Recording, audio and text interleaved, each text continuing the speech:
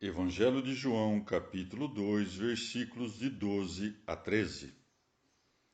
Depois disto, desceu para Cafarnaum com sua mãe, seus irmãos e seus discípulos.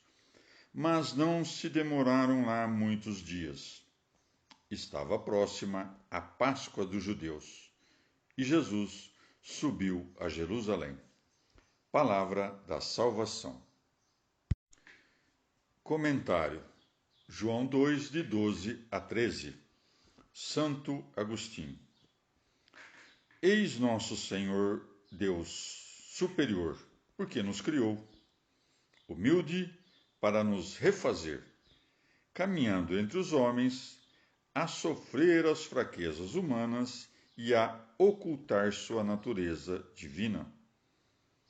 Vê como tem mãe, irmãos e discípulos. E se porventura dizem que têm irmãos, é pela mesma razão porque dizem que têm mãe. As Escrituras costumam chamar irmãos não somente àqueles que têm o mesmo pai ou mãe, senão também àqueles que nasceram na mesma família, como primos e sobrinhos. De onde então esses parentes? Acaso Maria deu à luz novamente? Porque é ela a fonte das virgens. Isto não pode ser.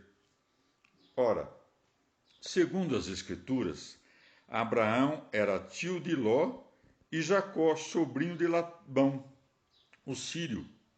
E, no entanto, Abraão e Ló são ditos irmãos, e do mesmo modo com Jacó e Labão. Acresce o evangelista e seus discípulos. Queria com isso aludir a Pedro, André e os filhos de Zebedeu? Com efeito, de acordo com São Mateus, nosso Senhor foi viver para Cafarnaum e só depois chamou a si aqueles futuros discípulos que se achavam no barco a pescar. Acaso São Mateus tensionava apenas recapitular um fato que havia omitido, como dá a entender sua narrativa, que não especifica a ordem temporal dos eventos? Caminhando ao longo do mar da Galileia, viu dois irmãos, Mateus 4,18? Ou seria mais prudente supor que eram outros dois discípulos? Sabemos que os santos evangelhos e as epístolas dos apóstolos costumam chamar de discípulos não apenas os 12 apóstolos, senão também a todos os que, crendo em Deus, foram preparados para os mistérios do reino dos céus.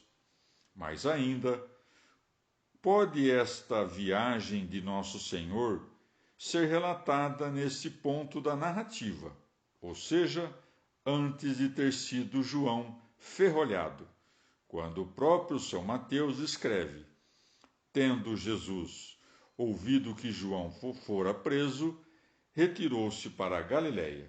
Mateus 4,12. E de feição semelhante se expressa São Marcos, São Lucas por seu turno. Nada diz da prisão de João Batista, e, em consonância com estes dois últimos, localiza a viagem de Jesus à Galiléia, após o batismo e o episódio das tentações. Donde deve-se entender que os três primeiros evangelistas não contradizem João, senão que simplesmente deixaram de narrar a primeira viagem do Salvador à Galiléia. Viagem esta que seguiu-se imediatamente ao seu batismo e durante a qual transmudou a água em vinho.